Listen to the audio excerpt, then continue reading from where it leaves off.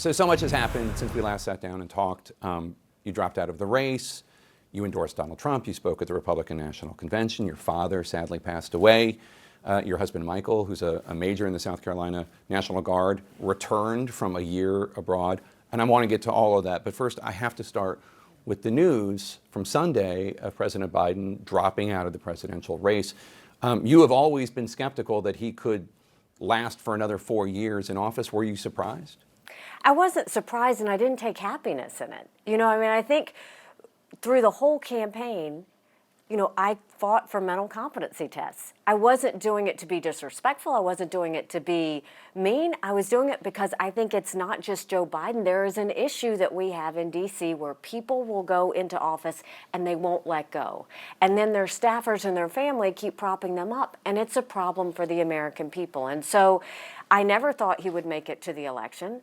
I always said a vote for Joe Biden is a vote for Kamala Harris, and I think that's what's playing out. You also said, in addition to a vote for Joe Biden, you said a vote for Joe Biden is a vote for Kamala Harris. You also have said, if we nominate Donald Trump, I guarantee you we're going to have President Kamala Harris. And you've said, whichever party that retires its 80-year-old candidate first is going to be the one that wins the election. Do you still feel that way? I think that, look, the Democrats are very smart to put in a younger candidate. I think that that's what America has craved.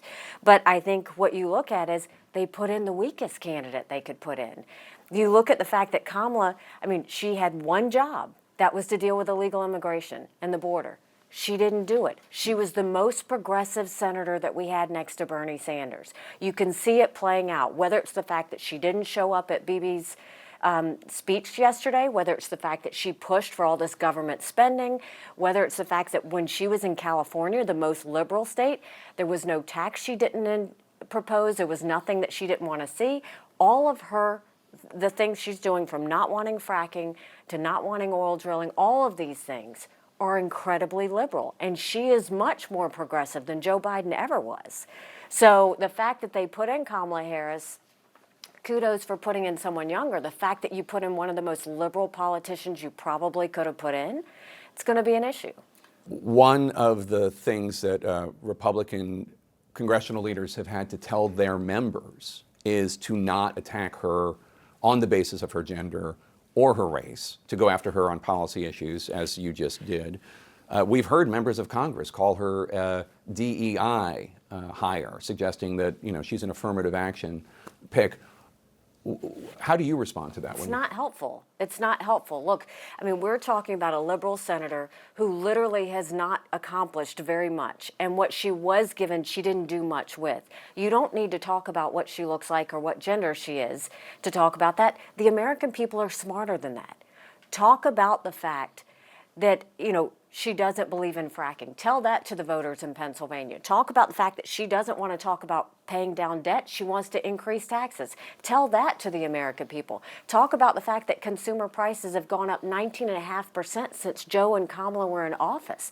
Talk about the fact that she's always sided with the Palestinian protests instead of our friend Israel. There are so many issues we can talk about when it comes to Kamala Harris that it doesn't matter what she looks like. It matters what she said, what she's fought for, and the lack of results that she's had because of it. Speaking of Israel, you noted that she wasn't at Benjamin Netanyahu's speech to Congress. Neither was Senator J.D. Vance, Donald Trump's running mate. Both of them had campaign commitments. Or I guess Vice President Harris's actually was an official commitment. But either way, they both had commitments. Should that be held against Senator Vance, too? Well, first of all, she was official. She should have been there. Israel's one of our strongest allies. What does that say to the people of Israel? More importantly, what did you just tell the Iranians? Because they love what they're getting right now if she won't even do her official job there. Should J.D. Vance have been there? Yes, of course. We need to show a united front when it comes to Israel. Israel is fighting America's enemies. We now know that the protests that are happening all over the country, Iran is pushing that. I went to Israel, Jake, right after I suspended the campaign. They had asked me to come. I wanted to do it. What happened on October 7th was one of the most horrific, brutal, I don't even know what you call it, disasters that we've ever seen. I went into those kibbutz.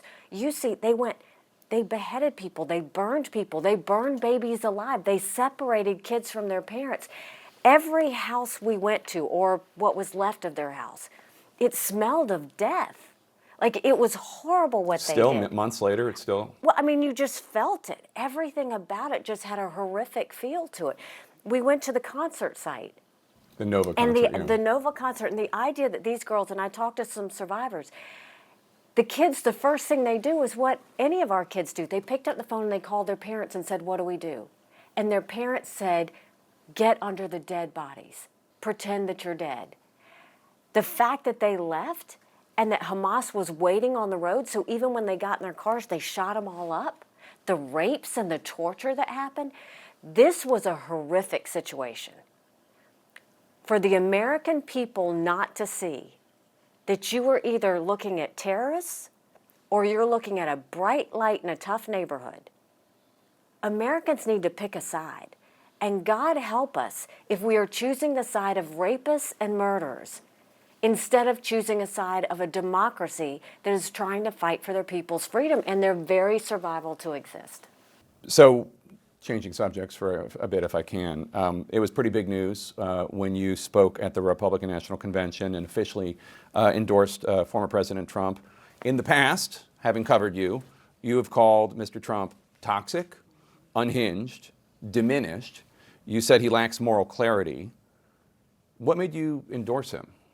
I said a lot of tough things about him in the campaign. He said a lot of tough things about me in the campaign. That's what happens in campaigns. I don't think we need to apologize or take anything back. I don't plan on doing that. What I will tell you, though, is the choice that we have at the time was Trump and Biden. Now it's Trump and Harris. Regardless, I know where Trump stands on policies. I don't agree with him 100% of the time, and I said that. But I know when it comes to energy dominance, I know when it comes to national security, I know when it comes to keeping our enemies at bay, I know he's strong, and I know he'll continue to do that. I know he'll deal with the border. You put that against Harris. I don't know that I agree with even 10% of her. She didn't do anything to fight what's happening at the border, and if anything, she wants to decriminalize it. She's been against, she was one of the proponents for defunding the police in a time where our streets are ridden with crime. I don't think she was a proponent of defunding the police, although I do think she's expressed sympathy with the idea. She said supportive comments about the defund the police movement at the time. And that makes you wonder, well, where is she on crime? Well, if you look at where Biden and Harris have been on crime, they haven't done very much. They haven't done anything on the border. You look at the national security, I said this in the speech, Russian aggression against Ukraine during Obama and during Biden. Afghanistan fell under Biden and Harris. Those two things, if I'm looking at substance, I am going to agree with Trump more than I'm going to agree with Harris. And frankly, what bothers me is I worry more about what happens between now and January 20th than anything else, because our enemies know we're the weakest we've ever been and the most distracted we've ever been. I want to get to Russia and China in a second, but just sticking on the Trump issue for 1 second, one area where you've expressed concern, and you're certainly not the only one, is about Donald Trump's commitment to the U.S. Constitution, which is, in fact, what he takes an oath to preserve, protect, and defend. You said, you were asked, do you think Donald Trump would follow the Constitution if he were elected to a second term? And you said, I don't know. Isn't that pretty damning? I hope that he does. I hope that any president would follow the Constitution, and the American people need to demand that. We need to always fight for that. That is what's real. That's what keeps this country together. And so, yes, I hope that everything he does is in line with the Constitution. And I hope that Congress enforces that, and I hope that everybody he surrounds himself with enforces that. But I think the American people need to demand it. After your speech at the Republican National Convention, former Governor Chris Christie said you only showed up because you want to run for president in 2028. He said that you were unified by your own tortured ambition. What's your response to that? I think it's funny coming from a guy who didn't even play in Iowa and couldn't even get out of New Hampshire. I think he's bitter to anybody that he's ever dealt with, and I think it's comical that it's coming from a person who in 2016 literally did that one thing, fell all over himself for Trump to get a position in an administration, and he still didn't get it. So, look, I wish Chris well. I think he's got a lot of tortured demons inside of him, but I know what I'm doing and why I'm doing it, and everything that he said could not be more wrong. When you announced that you were going to vote for Donald Trump, you got a lot of pushback from Republicans who supported you. What do you say to them? What do you say to them when they say that they were with you, they agree that Donald Trump is bad for the Republican Party, bad for the country, and they thought that you agreed with them and they feel like you sold out? I didn't get a lot of pushback from Republicans. What I will tell you is I have a great respect for those who stood with me. I am incredibly grateful. These were people who saw the fact that our border was out of control. They saw that debt was out of control and our kids are going to pay for it. They wanted national security that was going to keep America safe. They believed in mental competency tests. They believed in term limits. And they wanted Americans to have a choice for someone they could be proud of. That was what we fought for. That's what we did. And millions joined us. And so I wanted what they wanted. We were in it together, and I loved the fight that we had together. But we've been given a choice. It's Trump or it's Harris. And so what I did was I said, this is who I will be voting for. I also said, I don't agree with Trump 100% of the time. And I don't expect them to agree with Trump 100% of the time to vote for him. But I wanted them to think about it through my eyes and how I thought about it. Since then, we've heard from a lot of people who appreciated my making the case for it. And, I'm going to continue to be true to myself and true to what I fought for. And I'm going to continue to fight for that, regardless of whether it's in a position or not. I'm always going to fight for the country that we all love. Are you going to campaign with him if he asks you? There's no plans right now to campaign with him.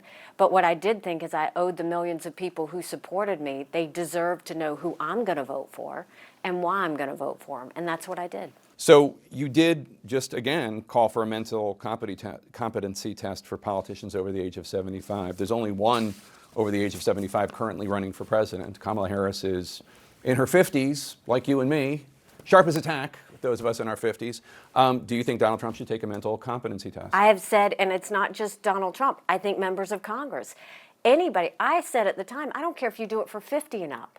The American people deserve to know that the people making decisions on whether we can afford our groceries, whether our border is safe, whether we support law enforcement, whether we're going to prevent war, they deserve to know that everybody's at the top of their game. That's not too much to ask. And so I strongly still stand by that, just like I stand by term limits. All of these things matter. It's what gives good government, and I think we should always fight for that.